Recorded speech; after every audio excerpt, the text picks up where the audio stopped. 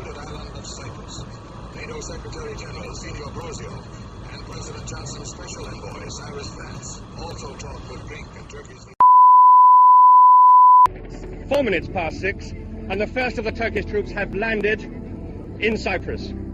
About 5 of these aircraft passed over in the last 5 minutes. They were guided in by jet fighters, and the very first paratroopers are now hitting Cyprus soil.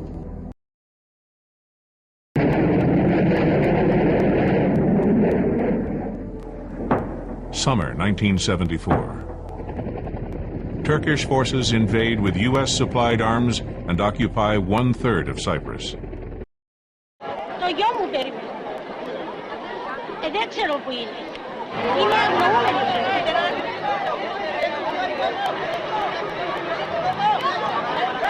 Γιο μου παιδιά μου, αγώνεις τώρα γίνεις τραβερά το γιο μου παιδιά μου.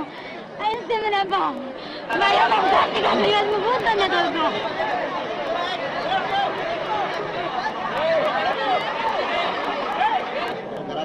Μήπως είδατε το γιο μου? Μα δεν έχουμε καθόλου πληροφορίες γιατί είναι αγνοούμενο.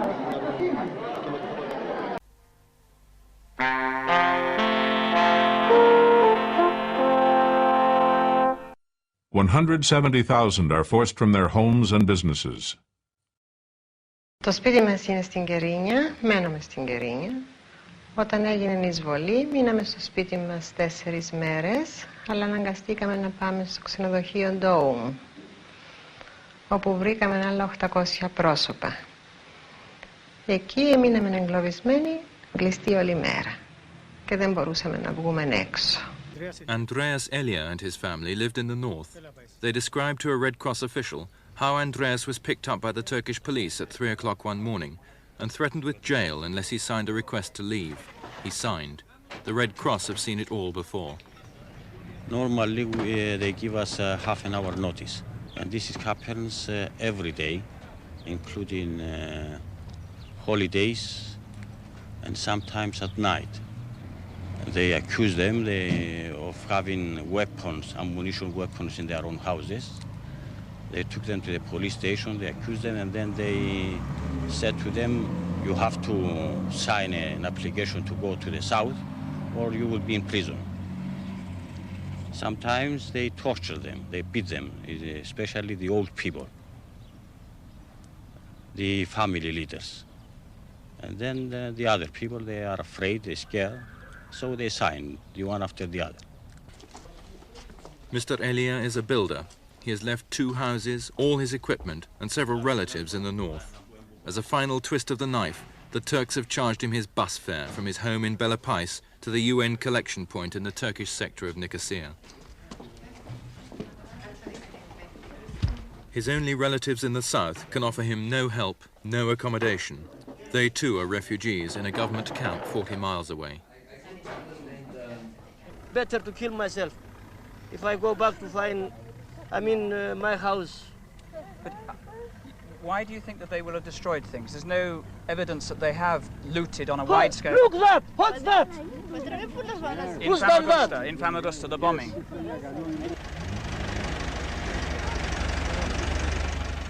It seems that every Greek Cypriot is on the move. Refugees, confused and numbed, in constant flight, heading nowhere but away from the Turks.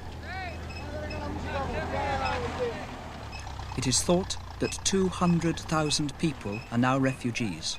200,000. 1 person in every 3 on the island.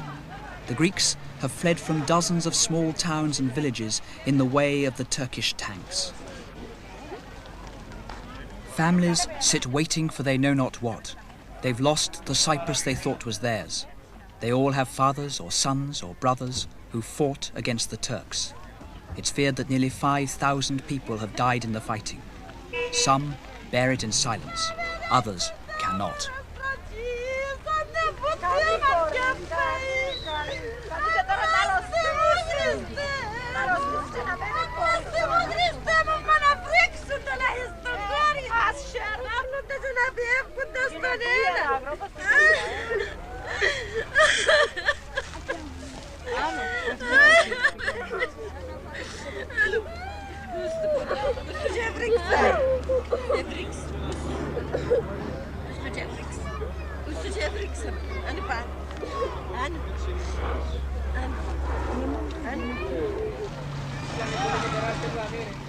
It is inconceivable that they can live like this for long, yet no alternative is in sight.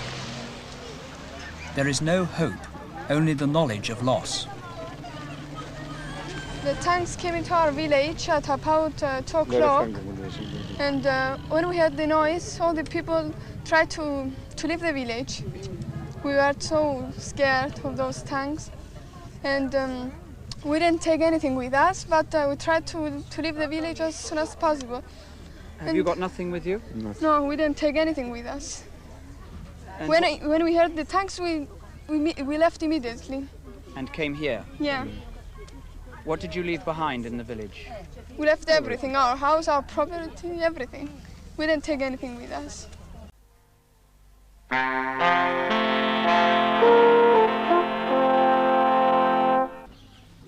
The Turkish occupation bears hardest on isolated Greek villages like Yalousa, cut off in the Karpas Peninsula in the extreme northeast.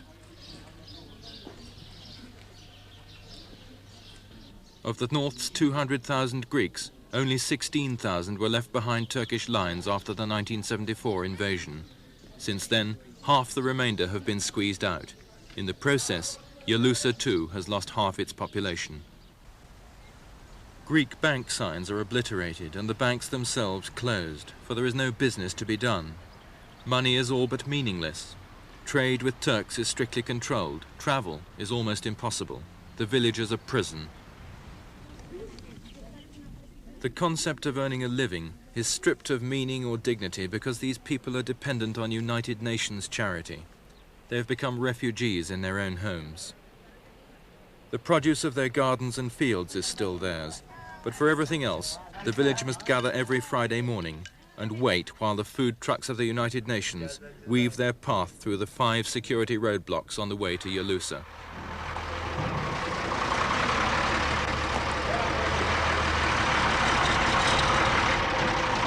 In January, the trucks which once numbered up to 22 a day, serving the 23 cut-off villages, were reduced to 4 by the Turks. The message was obvious and understood. In 5 months, 2,500 people have gone south. In the Karpas, there are only 6,000 people left.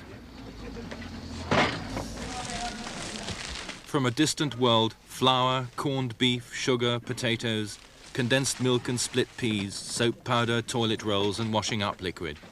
Every week the contents are the same, but the amounts are reduced as people capitulate and go. No luxuries. 500,000 cigarettes, whiskey and brandy were confiscated by the Turks before Christmas. There is constant tension as the Turkish army monitors, checks and irritates. There are sharp exchanges with the tall Swede in charge of the convoy. Every week, he watches every village die slowly. Tavros, 80 people in December, 6 today. Gastria, 30 people in December, none now.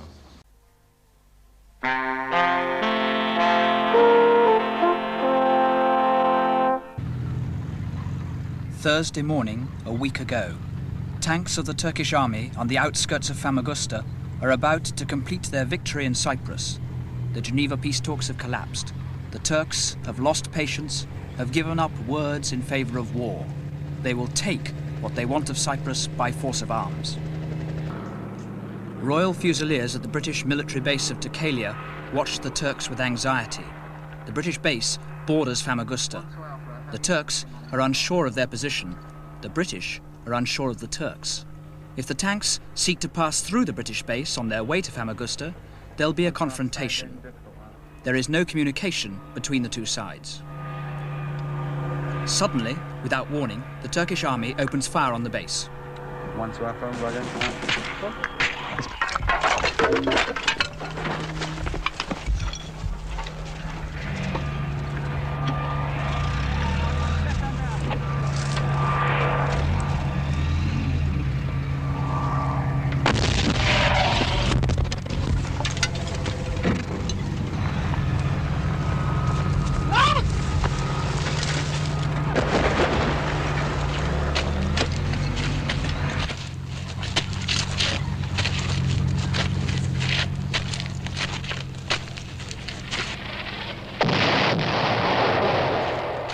No British soldier is wounded, and so diplomacy intervenes. It's mutually agreed that the shelling of the base by the Turks is an accident of war. The Turkish army, carefully skirting British territory, is allowed to move unmolested on Famagusta, the last stronghold of the Greeks. The Turks face only token resistance from the local headquarters of the Greek Cypriot National Guard. The tanks shell the barracks. The result was as it has been throughout the advance. With immensely superior weapons, they overwhelm the Greek opposition, while the British look on.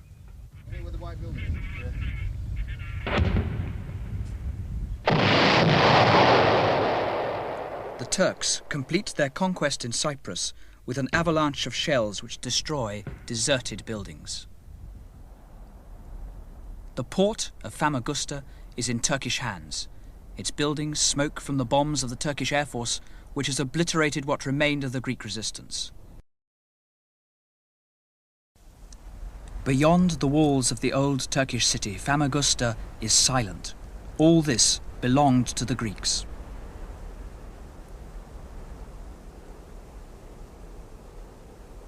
Famagusta was the tourist resort of the island, the major port. Much of the wealth of Greek Cyprus was based here. Last weekend, the Greeks fled in panic before the Turkish tanks. Now, the town is deserted.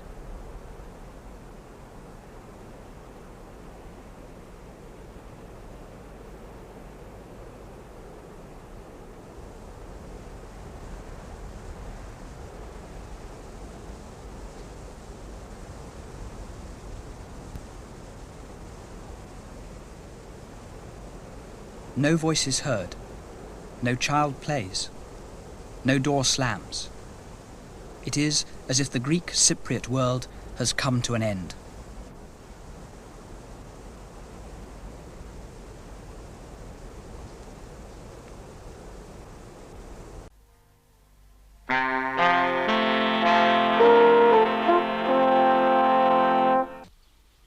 Within 3 years of independence, there followed intercommunal war which no Turk will ever forget. In a wave of murderous bloodletting, Greeks killed 200 Turks and sacked 103 villages. In the Turkish villages that were not destroyed, the inhabitants waited for the worst. In mixed villages like this one, Palikithro, they fled their homes in terror with no prospect of ever returning. The Greeks always tried to bring pressure upon us to leave the village. They would constantly gather together outside the church and start ringing the church bell. The surrounding Greek villagers would also gather together and would fire a couple of rounds of ammunition in the air, throw stones at us, and would abuse us. We were in constant danger of being attacked by them. To ring the bell was a message to the other villagers to come.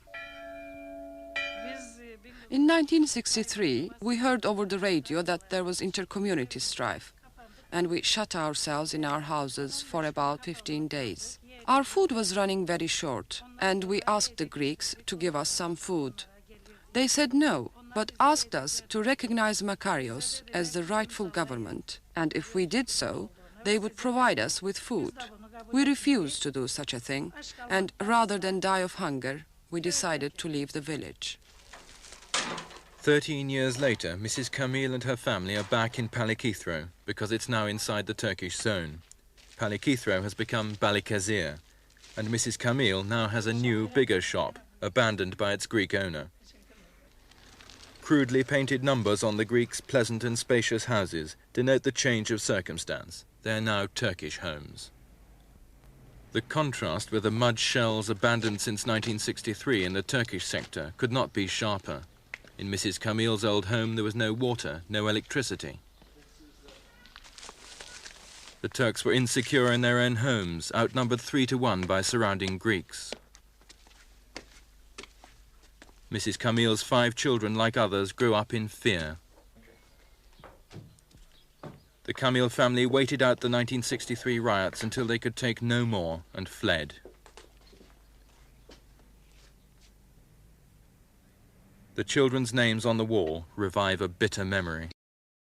The battle for Cyprus, which is now underway, did not come as a surprise here. From the moment when the Turks invaded, it was clear that neither they nor the Turkish community here were prepared to settle for anything less than that which they now want. And that is clearly the absolute control by the Turks of their own lives on this island, separate and free from any necessity of contact with the Greek community. This battle seems like the culmination, the inevitable struggle between two sides who've been in conflict now for 10 years. 10 years in which the struggle and the conflict has got steadily worse. Is there no part of you that concedes somewhere that the Turks have been second-class citizens here for a number of years? Yes, I agree with you. And I believe that one of the biggest failures of the Greek Cypriot leadership was that it has not followed policies which would have given to the Turks a bigger stake at the prosperity which Cyprus was gaining. And I think this is a mistake that has been done. It has been an erroneous conception of the policies, a failure for which you have bitterly paid, and I hope we have learned the lesson. The Green Line in Nicosia, just before the fighting broke out. That buffer between Greek and Turk in Cyprus, where Greek has faced Turk in hostility for 10 years. It is the symbol and the reality of their struggle. The division between Greek and Turk on Cyprus has not merely been of emotion. It has existed for 10 years at every level. The Greeks, the majority, are not allowed to enter the Turkish quarter of Nicosia. They have nothing but the most superficial contact with their fellow islanders. The Greeks are, man for man, richer. They control most of the economy. They speak their own Greek language. They have their own papers, their own radio and television. They are educated in a separate system. They worship a different god. Most of them believe that history ordains that Cyprus is theirs. Most of them believe that one day Cyprus should be reunited with the motherland Greece. The two communities have been separated for 10 years at every administrative level. No constitution has sanctioned it. The Turks believe that the Greeks despise them and treat them as second-class citizens. Do you feel that since 1960, since independence, that things, or 64, things had been getting gradually worse? Yes, gradually. I mean, gradually they tried to grab the whole administration, the whole economic life, and they did, and they made as a Greek Cyprus country. I mean, you know. Have you felt an oppressed minority in this? Yes, very much so. It was a silent unhappiness, and gradually Turkish community was hopeless, and many people left for Australia to England. Now everything is changed, and those people who left Cyprus went to Australia, England, they are trying to come back now, settle for a home. You see, it is a matter of home. The matter is culture. The culture is important, because we haven't got one language, one culture. No supreme when you go language. for an office, to a government official, somebody sits at the back of the desk. She or she may not talk Turkish, or he can talk only Greek, and a Turkish chap cannot feel as at home. You know, it's a matter of culture. I found it. There is no intermarriage. So there has never been intermarriage between Greeks and Turks. Yeah? We live intermingle, but we never married each other. I think this is very important. So, there is not a Cyprus nation. And the other important thing, you see, we have two different fatherlands, you see. We belong somewhere else, you see. We are not like other people that they have no motherland. This is very important.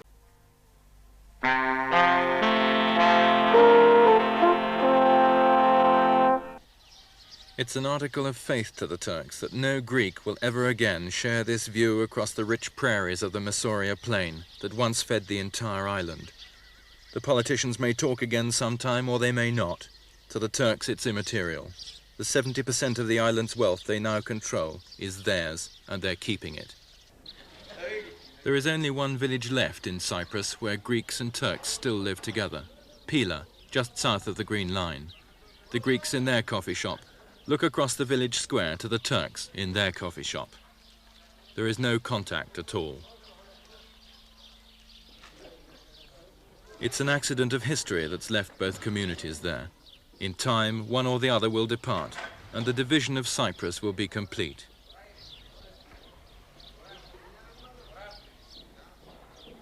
Until then, the two communities ignore each other across the village square, watched over 24 hours a day by United Nations peacemakers.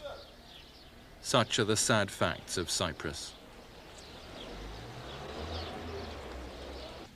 I believe that if our people manage to survive long enough and to refuse to accept the fait accompli, the so-called realities of occupation, people around the world will come to realize that Cyprus is not just an isolated little speck of land in the Mediterranean which leaves them unconcerned.